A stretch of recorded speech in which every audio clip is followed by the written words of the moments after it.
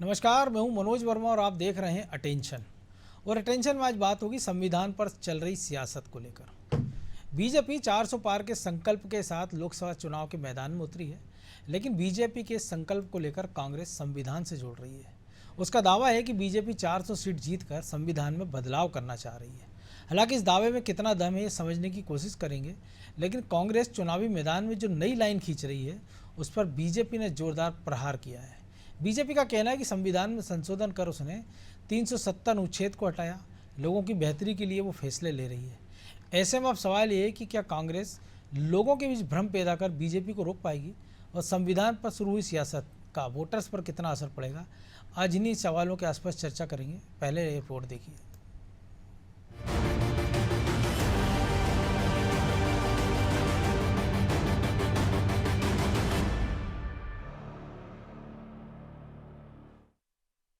अब की बार अब की बार अब की बार भले ही ये बीजेपी के लिए 2024 का टारगेट हो, कार्यकर्ताओं में जोश भरने के लिए एक नारा हो, लेकिन बीजेपी के इस लक्ष्य के सहारे कांग्रेस नया नैरेटिव सेट करने की कोशिश कर रही है। कांग्रेस लोकसभा के रण में एक नई लकीर खींच रही है और दावा कर रही है कि अगर बीजेपी को 400 सीटें मिली तो वो संविधान में बदलाव कर देगी, जनता के हाथ से वोट का अधिकार छिन जाएगा। लेकिन क्या जो कांग्रेस कह रही है वो संभव है, या फिर कांग्रेस वोटर्स को अपने पाले में लाने के लिए ये खेल खेल रही है? खैर, पहले पीसीसी चीफ जीतू पटवारी का वो बयान सुन लीजिए, जिसमें वो 400 पार के पीछे बीजेपी की क्या मंशा है वो बता रहे हैं। आज का परिदृश्य है संविधान बचाने का। भारतीय जनता पार्टी के एक सांसद ने कहा कि हमें 400 सीटें चाहिए, इसलिए कि हमें संविधान बदलना है। मोदी जी भी 400 की बात करते हैं, बीजेपी भी 400 की बात करती है। यानी इसका मतलब है देश में वो संविधान बदलना चाहते हैं। कांग्रेस 400 पार को संविधान बदलने से जोड़ रही है, तो इस पर अब बीजेपी ने भी कांग्रेस को करारा जवाब दिया। सूबे के मुख्यमंत्री डॉक्टर मोहन यादव ने कहा कि संविधान में अगर 370 जैसा गलत अनुच्छेद था, उसे बदलना चाहिए तो उसे कश्मीर की बेहतरी के लिए बदल कर दिखाया। संविधान बदलने का परिणाम ही रहा कि 3 तलाक जैसे निर्णय लिए गए। उन्होंने आपातकाल का जिक्र कर कांग्रेस पर तीखा प्रहार किया। लोग कह रहे हैं कि संविधान बदलने की बात कह रहे हैं। ये उदाहरण उन्होंने सामने पेश किया कि संविधान में अगर धारा 370 जैसी गलत धारा थी उसको बदलना चाहिए तो कश्मीर की बेहतरी के लिए बदल के दिखाया है। राहुल गांधी अपने आप में झांक के देखे, जब वो संविधान बदलने की बात कह रहे हैं, संविधान बदलने का ही निर्णय रहा कि 3 तलाक जैसे सुप्रीम कोर्ट के निर्णय को कांग्रेस ने बदल दिया। कांग्रेस का अतीत रहा है जब आपातकाल जैसे खराब समय में उनने जिस प्रकार से जुडिशरी के साथ छेड़छाड़ की। चुनावी समर में संविधान को लेकर सियासत जमकर हो रही है, लेकिन कांग्रेस के आरोपों का निचोड़ निकाला जाए तो सवाल ये उठ रहा है कि क्या कांग्रेस जनता को संविधान में बदलाव का डर दिखाकर उसे अपने पक्ष में लाना चाह रही है? क्या संविधान की दुहाई देकर कांग्रेस बीजेपी को 400 पार करने से रोक पाएगी? खैर, कांग्रेस के इस नए नैरेटिव का जनता पर कितना असर पड़ेगा, वो कितना उस पर विश्वास करेगी, ये तो 4 जून को आने वाले नतीजों से ही तय हो जाएगा। ब्यूरो रिपोर्ट, अनादि टीवी।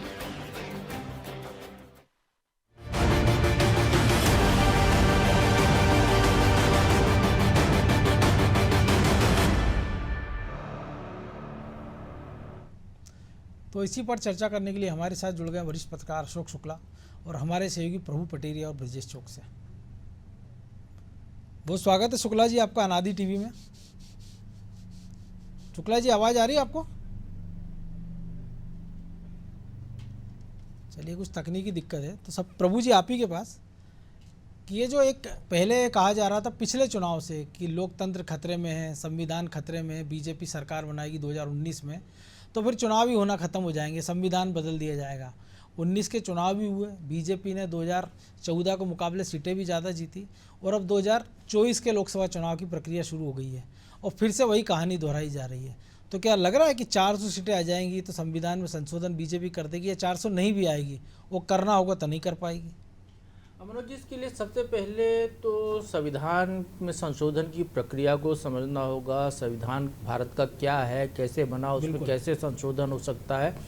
तो 400 किसी संविधान में ये नहीं लिखा है, अनुच्छेद 368 में संविधान में संशोधन के तरीके दिए गए हैं कैसे संशोधन हो सकता है। उसमें कहीं ये नहीं लिखा है कि 546-47 सीटों के वाले सदन में आप 400 सीटें ले आओ तो आप मनचाहा संविधान संशोधन कर लोगे, ऐसा कोई प्रावधान उसमें नहीं है।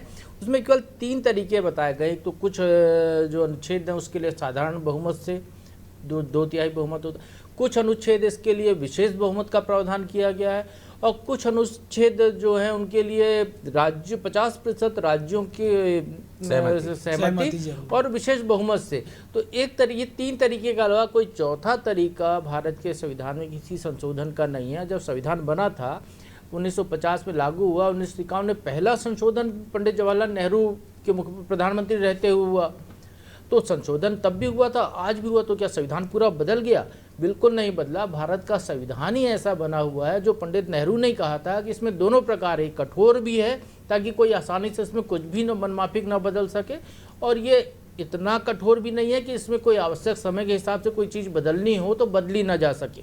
तो निश्चित तौर पर जब वक्त के हिसाब से, परिस्थितियों के हिसाब से, देश काल समय के हिसाब से जो आवश्यक लगा वो धीरे धीरे संविधान में बदला गया है, और निश्चित तौर पर वो देश के बेहतरी के लिए है, नागरिकों की बेहतरी के लिए वो कैसे हुए है। ये कहीं नहीं लिखा है कि आपने 400 सीटें जीत ली तो आप जो है संविधान ही बदल देंगे। आज का संविधान भारत का जिस किताब है तो क्या इसको बदल के कोई दूसरी किताब ले आएंगे? बिल्कुल। पाकिस्तान का संविधान यहाँ लागू कर देंगे, या बांग्लादेश का लागू कर देंगे, या नेपाल का लागू कर देंगे, या भूटान का लागू कर देंगे?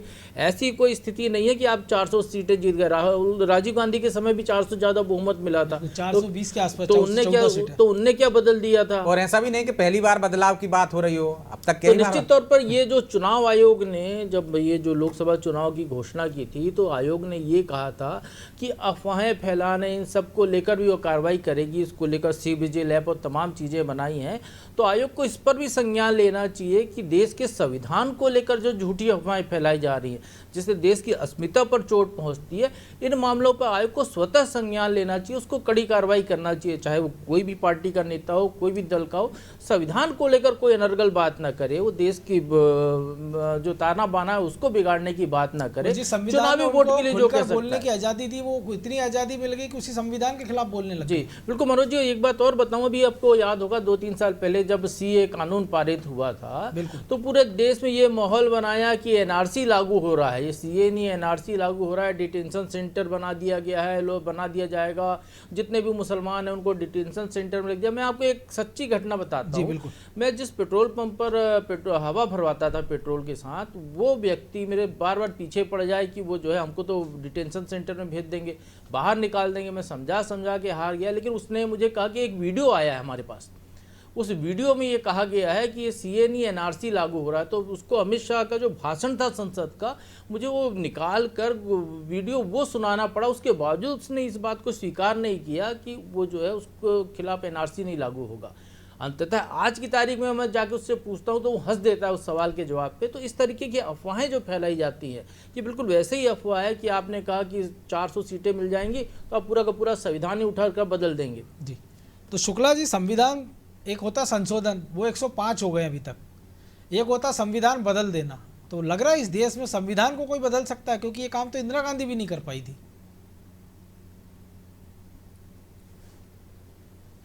आपकी आवाज नहीं आ रही, शायद म्यूट किया है आपका फोन।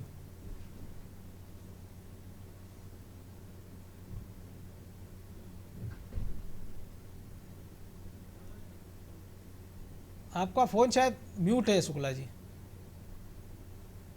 आवाज नहीं आ रही आपकी। मैं आपके पास दोबारा आऊंगा, हमारी टीम आपसे संपर्क करेगी।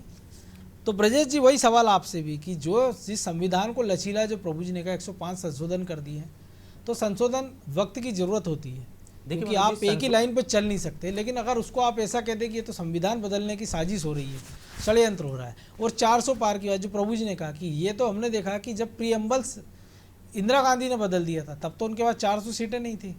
जो संविधान निर्माताओं ने लिखा था प्रीएम्बल्स, उसमें बदलाव कर दिया, और जब राजीव गांधी के पास 400 से ज़्यादा की सीटें थी तो वो कुछ नहीं कर पाए थे। देखिए मनोज जी, जो प्रभु जी ने कहा है उसी बात को आगे बढ़ाएंगे कि एक भ्रम फैलाने की बात है कि आप संविधान बदल देंगे। एक बदलना होता है कि यदि उन्होंने दूसरे शब्दों में समझाया कि दूसरे देश का संविधान ला के रख दो कि किताब को ही आपने बदल दिया है कि पूरी के पूरी बदल दी। स्कूल सिलेबस जैसे हम देखते हैं हर साल बदल हर देते हैं। साल बदल गया, लेकिन आप उसमें भी देखिए कुछ बदलाव होते हैं। यदि 105 बदलाव हुए हैं, संशोधन हुए, तो वो समय के आधार पर हुए हैं। यदि धाराओं में बदलाव हुए हैं, यदि जो जिस जैसी परिस्थिति रहती है उस अनुसार बदलाव होते हैं। तो ये कोई पहली बार नहीं हुआ कि यदि कह रहे हैं कि संविधान में संशोधन कुछ किए हैं मोदी सरकार ने, तो सर्वाधिक संशोधन तो अब तक केंद्र की जब कांग्रेस सरकार रही उसके कार्यकाल में होते रहे हैं। समय समय के अनुसार बदलाव हुए हैं। तो उन बदलावों को लेकर जिस तरह के भ्रम फैलाया जाता है, जिस तरह से आप देख रहे हैं कि जो जनप्रतिनिधि हैं उनके बयान आते हैं वो हास्यास्पद हैं। क्या आप संसद के अंदर हैं, आपको पूरी कार्यविधि पता है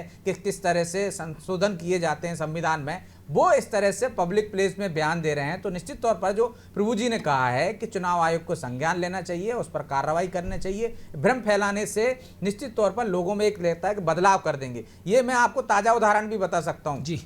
हाल ही में पन्ना गए, लोगों से बातचीत की तो लोग भी यही कहते हैं कि 400 पार का जो नारा दिया है वो इसलिए कि पूरा बदलना चाहते हैं। अरे भाई क्या बदलना चाहते हैं ये पूछते हैं तो कोई जवाब नहीं दे पाता। जो सोशल मीडिया पे जिस तरह के भ्रम चलाए जाते हैं, बड़े नेता जो बोलते हैं अपने फायदे के लिए, इसको मजाक में व्हाट्सएप यूनिवर्सिटी कहा जाता है तो उसका जिस तरह से दुष्परिणाम सामने आता है कि लोगों में ये लगता है कि हाँ बहुत कुछ बदलाव हो जाएगा, एनआरसी लागू हो जाएगी, ना जाने क्या क्या कर देंगे, पूरा संविधान बदल देंगे। और एक ये भी कहा जाता है कि हम हिंदू राष्ट्र घोषित कर देंगे। क्या करेंगे, मतलब ये किसी को पता नहीं है कि संविधान में किस तरह से बदलाव होते हैं, क्या प्रक्रिया रहती है उसकी। लेकिन यदि किसी एक नेता ने बयान दिया है वो बयान वायरल हो जाता है। हम देखते हैं कि कुछ धर्म विशेष के लोग भी इस तरह के बयान दे देते हैं कि हमारे साथ भेदभाव होगा, बदलाव होगा, संविधान बदलने की साजिश रची जा रही है। तो जो उनके फॉलोअर्स होते हैं वो उसको आगे बढ़ाते हैं और ये जो एक सबसे निचला तबका है जिसको इस बारे में ज्ञान नहीं है वो भ्रम में आ जाता है और उसकी तरह से प्रचार होता रहता है। ऐसा कोई बदलाव होने वाला नहीं है,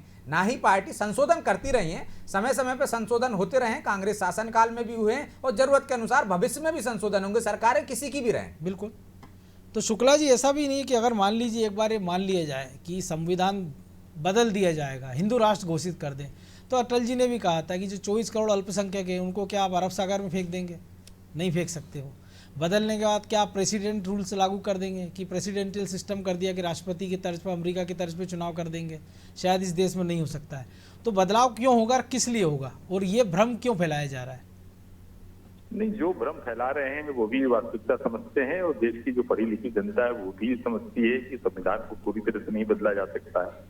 और अभी आपने जिस तरह से अटल जी का जिक्र किया तो अटल जी ने भी एक बार ये बात कही थी कि संविधान की समीक्षा होनी चाहिए। तब ये कहा गया था कि शायद ये भारतीय जनता पार्टी जो है संविधान को बदलना चाहती है, तो तभी आप भी कह रहे थे हिंदू राष्ट्र घोषित कर देगी, मुसलमानों के अधिकार और हक समाप्त कर देगी। ऐसा कुछ भी नहीं है। ये हमारा का जो ढांचा है, संवैधानिक ढांचा है, तो न तो इसको कोई बदलने जा रहा है। और जो संशोधन की आपने बात की तो 51 में भी संशोधन हुआ था और जवाहरलाल नेहरू जी ने ये कहा था कि हमारा संविधान लचीला संविधान है और आवश्यकता के अनुसार जो है देश के विकास के लिए, लोगों के अधिकार के लिए, लोगों की स्वतंत्रता के लिए, लोगों के सर्वांगीण विकास के लिए जो है जब समय समय पर इसमें अगर बदलाव की आवश्यकता होगी तो जो इसके अनुच्छेद हैं, इसके जो और धाराएं हैं उनमें कुछ बदलाव हो सकता है।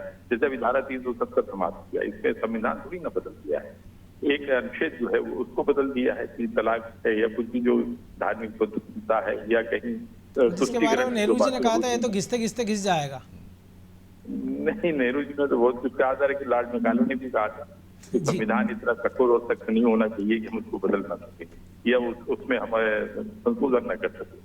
तो संशोधन तो होते रहे। आपातकाल में भी संशोधन हुआ था, वो सबसे ज्यादा चर्चित था व्यापमा जो संशोधन हुआ था जिसमें राज्यों के अधिकार ही लगभग समाप्त कर दी गए थे, केंद्र के पास शक्तियां पहुंच गई थी। तो कई बार ये जो है ये बातें होती तो आम नागरिक के अधिकार भी निलंबित कर दिए गए थे ना। बिल्कुल बिल्कुल कर दिए गए थे। और अभी जो सबसे महत्वपूर्ण जो ये 400 पार का नारा भारतीय जनता पार्टी दे रही है, तो ये संविधान को बदलने के लिए नहीं दे रही है, वो एक इतने बड़े बहुमत के साथ में उस सदन में बैठना चाहती है कि विपक्ष की आवाज जो है या विपक्ष जिस तरह से विरोध करता है, कई बार जो है बिल में आ जाता है या कार्यवाही नहीं चलने देता है, तो वो एक ऐसे बहुमत की बात कर रही है जिसको लेकर वो एक अमूलचूल परिवर्तन जो देश में वो करना चाहती है, संविधान को नहीं बदलना चाहती है। लेकिन बहुत सी चीजें ऐसी हैं जिनको हम लोग समय के साथ देश की जनता भी चाहती है कि स्वाभाविक तरह के 1808 जो कानून है, सिविल प्रोसीजर कोड हो या इंडियन पेनल कोड हो या संविधान में बहुत चीजें ऐसी होंगी कि जो अपडेट की आवश्यकता नहीं है, तो उनको तो विलोपित करना ही पड़ेगा। तो उसके लिए पर्याप्त बहुमत की आवश्यकता है।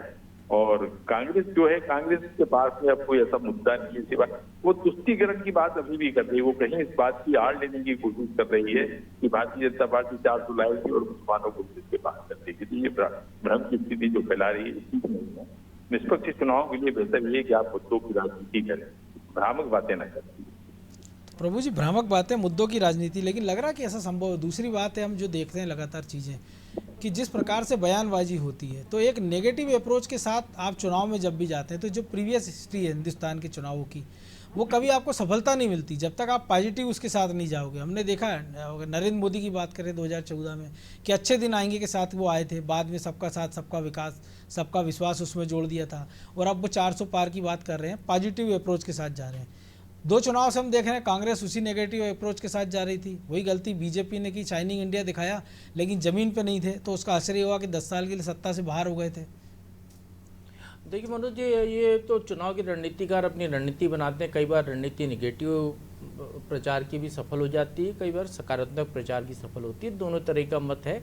जब जैसा देश का समिति, आप जो कह रहे हैं वो ज़मीन पर दिख रहा है, आप उस पर चलते हुए, उस पर अमल करते हुए दिख रहे हैं, तो जनता उस पर भरोसा करती है।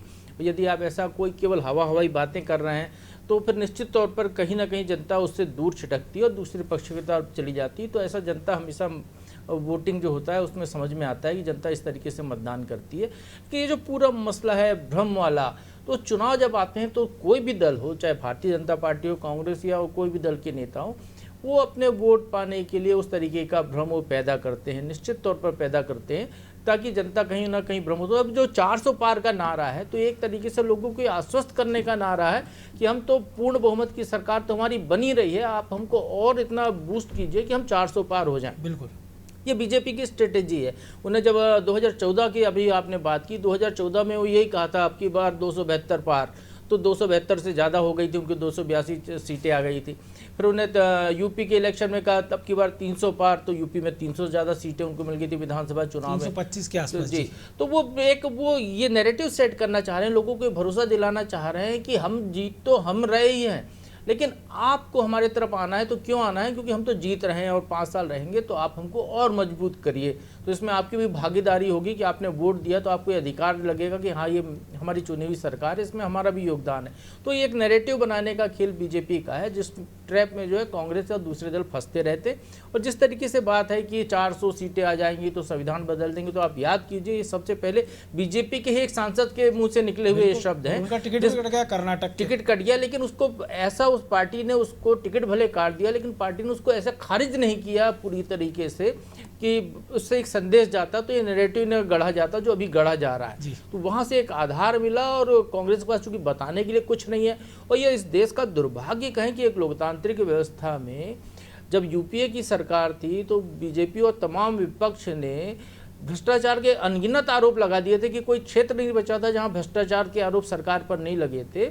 और 10 साल की ये सरकार की उपलब्धि और विपक्ष का दुर्भाग्य है कि वो एक भी भ्रष्टाचार का आरोप नहीं लगा पा रहे हैं उस सरकार के, कोई काम में खोट नहीं निकाल पा रहे। सड़क बन रही तो आप सड़क को खोद के चेक तो कर रहे हैं। इलेक्ट्रल बॉन्ड की बात कर रहे हैं, उसमें सारे हमाम में उसमें सब एक जैसे जुड़े हुए हैं। तो जनता इसलिए विपक्ष पर भरोसा नहीं करती है कि पैसा तो आप भी वही इलेक्ट्रल बॉन्ड चंदा ले रहे हो, उसी से ले रहे हो, जिसने बीजेपी को दिया उसी का चंदा कांग्रेस ले रही है, लेकिन आरोप बीजेपी पे लगा रही है कि आप उसका चंदा खा रहे हो। तो यहाँ जनता भरोसा नहीं करती है। जनता को भरोसा करना चाहिए और नेताओं को भी समझना चाहिए कि देश का संविधान बदला नहीं जा सकता है। चेक एंड बैलेंस के लिए 3 उसमें जो है आधार स्तंभ बनाए गए हैं, 3 स्तंभ है देश के को चलाने के। उसमें कार्यपालिका है, न्यायपालिका है, लोकतंत्र विधायिका है। तो आप ये देखिए कि एक उदाहरण है यहाँ पर देश में कि जब सरकार ने कॉलेजियम प्रथा को समाप्त करने का कानून पारित किया, तो सुप्रीम कोर्ट ने उसको खारिज कर दिया।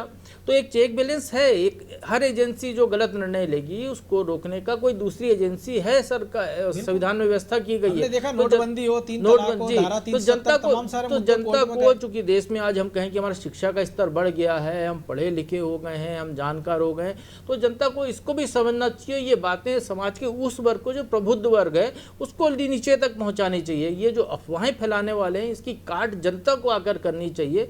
राजनीतिक दल तो वो जो आरोप लगा रहे हैं तो उससे बढ़कर वो दूसरी बात कर देंगे कि हाँ हाँ हम तो संविधान बदलेंगे, बीजेपी वाला आ जाएगा, क्योंकि उसको तो अपना नैरेटिव गढ़ना उसी बात को लेकर। तो निश्चित तौर पर यहाँ पर जो है समाज की जिम्मेदारी है कि वो ऐसी अफवाहों को खारिज करे, इसके खिलाफ माहौल बनाए और जनता को ज़्यादा से ज़्यादा जागरूक करे। जो जागरूक नहीं है उनको तो शायद मेरे ख्याल से इन अफवाहों पर रोक लग सकती है। बिल्कुल, तो शुक्ला जी अफवाहों पर तो रोक लग सकती है, लेकिन जो प्रभु जी ने पहले कहा था कि सीए की बात हुई तो लोगों को मन में था एनआरसी, संविधान बदलेंगे तो नैरेटिव सेट करने के लिए आपको बताना तो पड़ेगा कि संविधान बदल के क्या हो जाएगा, कि तानाशाही आ जाएगी, कि एक दल का शासन हो जाएगा, देश में चुनाव नहीं होंगे, लोकतंत्र खत्म हो जाएगा। क्योंकि संविधान बदलने की आप बात कर रहे हैं तो नैरेटिव सेट करने के लिए आपको एक खाका तो खींचना पड़ेगा कि होगा क्या। ये बात आप बिल्कुल ठीक कह रहे हैं कि कांग्रेस को ये भी बताना चाहिए कि यदि संविधान बदलेगा तो उससे किस तरह से जनता के अत्याचार समाप्त हो जाएंगे, कोई चुनाव होंगे कि नहीं होंगे, कोई तानाशाह बन जाएगा क्या इस देश में। लेकिन ऐसा नहीं है। जो सबसे महत्वपूर्ण बात आप ये देखिए, जो 80 करोड़ लोगों को जो खैराती योजनाओं का जो लाभ मिल रहा है, उनको इससे क्या अंतर पड़ता है कि कौन क्या कह रहा है। उनके लिए सर्वाधिक महत्वपूर्ण बात ये है कि ये उस तक पहुंचा कौन रहा है। वो उनको पता है कि ये वही व्यक्ति पहुंचा रहा है जो 400 पार की बात कर रहा है। तो मुझे लगता है कि ये कांग्रेसी चाहे जिस तरह की भी भ्रामक स्थिति बनाते रहें संविधान को लेकर, चाहे वो जो भी भ्रम फैलाते रहें, 80 करोड़ जो लाभार्थी है इस देश का, जिसको भारतीय जनता पार्टी की सरकार ने जो है भोजन दिया है, तमाम तरह की योजनाओं को लाभ दिया और अभी मुफ्त राशन जो 5 वर्ष तक मिलने जा रहा है, इन लोगों को इससे कोई मतलब नहीं कि कांग्रेस की क्या कह रहे हैं, अन्य दल के लोग क्या कह रहे हैं। ये सिर्फ और सिर्फ मोदी जी को देख रहे हैं कि कोई इस देश में ऐसा भी है जो उनको 5 वर्ष तक जो है मुफ्त राशन देगा। तो इस देश में 2 तरह की राजनीति चल रही है, एक तो खैराती राजनीति चल रही है और दूसरी तरफ जो है ये जो भ्रामक राजनीति चल रही है। तो मुझे लगता है कि खैराती राजनीति जो है वो हर तरह की राजनीति पर भारी है। तो ये जो भ्रम की स्थिति फैला रहे हैं, ये आपने बहुत महत्वपूर्ण बात कही कि अगर आप आरोप लगाते हैं किसी दल पे कि 400 की बात इसलिए कर रहे हैं क्योंकि ये संविधान बदलना चाहते हैं, तो इसके क्या दुष्परिणाम होंगे, ये भविष्य में क्या क्या कर सकते हैं, किस तरह से तानाशाह हो जाएंगे, किस तरह से ये एरोगेंट हो जाएंगे, निरंकुश हो जाएंगे, तो ये सब चीजें सामने रखना चाहिए। तो ये 20% जो प्रबुद्ध वर्ग है या 20% ऐसे लोग हैं जो खैराती योजनाओं को लाभ नहीं पा रहे, वो इस पे चर्चा भी कर लेंगे, थोड़ा सा कुछ मन भी बना लेंगे, कुछ सोशल मीडिया में लिख देंगे, कुछ प्रतिक्रिया दे देंगे, लेकिन वो 80 करोड़ लोग जो हैं जिनको इससे ज्यादा फर्क नहीं पड़ता है कि क्या होगा, तो सिर्फ इतना देखेंगे कि संविधान में ये स्थिति नहीं समाप्त होनी चाहिए कि अब 5 वर्ष में मुफ्त राशन जो उनको मिल रहा है वो बंद हो। लेकिन अशोक जी, उन 80 करोड़ लोगों में वो लोग भी तो शामिल हैं कि जो ये मानते हैं, भ्रमित हो जाते हैं कि हाँ ऐसा बदलाव होगा तो हमारे सारे अधिकार छीन लिए जाएंगे। सारे 80 करोड़ रुपए लोग ये थोड़ी नहीं मान रहे हैं कि जो मोदी जी कह रहे हैं उन्हें दाना पानी दे रहे हैं, इसकी वजह से और कोई फर्क नहीं पड़ रहा है। उनमें वो लोग भी शामिल हैं, नहीं तो दिल्ली में धरना क्यों दे रहे होते। देखिए ब्रजेश जी, जब 3 तलाक समाप्त किया मोदी जी ने, तब भी जो थे तो एक वर्ग ऐसा था, मतलब अल्पसंख्यक ऐसा था जो नाखुश था, लेकिन मुस्लिम महिलाएं कितनी खुश थी। तो ये जो लोग हैं जिसकी चर्चा भी आप कर रहे थे, जिस समाज की है, जिस वर्ग की आप चर्चा कर रहे थे, उनको भी ये पता है कि ठीक है बाकी चीजें होंगी जो कुछ भी होंगी, लेकिन जीवन का आधार तो बना रहेगा और जीवन के आधार के लिए जो जरूरी है वो मोदी जी दे ही रहे हैं।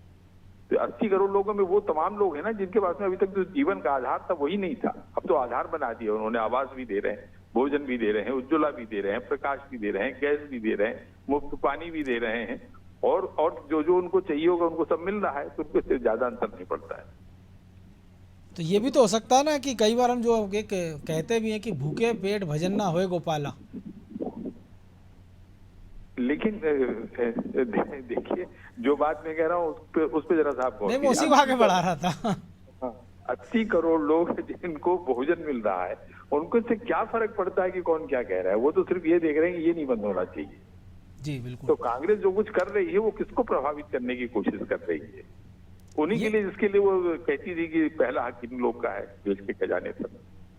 और अब वो भी सच्चर कमेटी की रिपोर्ट जो थी वो भी वोट बैंक बिखर गया है, वो भी किसी का एक का नहीं रह गया है। वो खुद भी जो है भ्रमित है कि यहाँ जाए, ओबीसी के साथ में जाए कि समाजवादी के साथ में जाए। तो ये एक आपको बड़ा लगता संकट है और संकट यही कि विश्वसनीयता का है। बहरहाल वक्त इतना ही था, बहुत धन्यवाद शुक्ला जी। तो हमने एक वो दौर भी देखा कि सबसे बड़ी चीज़ है कि ये बात कौन कर रहा है, उसकी क्रेडिबिलिटी क्या है। क्योंकि एक दौर हमने देखा था जब बोफोर्स कांड के बाद, जब वीपी सिंह जब रैली किया करते थे, वो जेब में से एक पर्ची निकाल के भीड़ को दिखाया करते थे और कहते थे कि इसमें राजीव गांधी के स्विस बैंक के अकाउंट का नंबर है, लोग मान लिया करते थे। ये बात हो रही कि जब वो प्रधानमंत्री बने तब ऐसा कोई वो उजागर कुछ लगा नहीं पाया। उसके बाद 3-3, 4-4 प्रधानमंत्री इस देश ने देखे, लेकिन बाद में बोफोर्स कांड का क्या असर हुआ वो भी हमने देखा। तो सबसे बड़ी बात है कि कौन लोग ये बात कह रहे हैं, उनकी अपनी क्रेडिबिलिटी कितनी है और आम जनता तक वो अपनी बात कितने पुरजोर तरीके से पहुंचा पाएंगे और आम जनता उस पर कितना भरोसा करती है। ये तो जो 4 जून के नतीजे आएंगे उसके बाद ही पता चल पाएगा। अटेंशन में आज इतना ही, मुझे दीजिए इजाज़त और आप देखते रहिए अनादि टीवी। नमस्कार। देखो आप सफ़ेद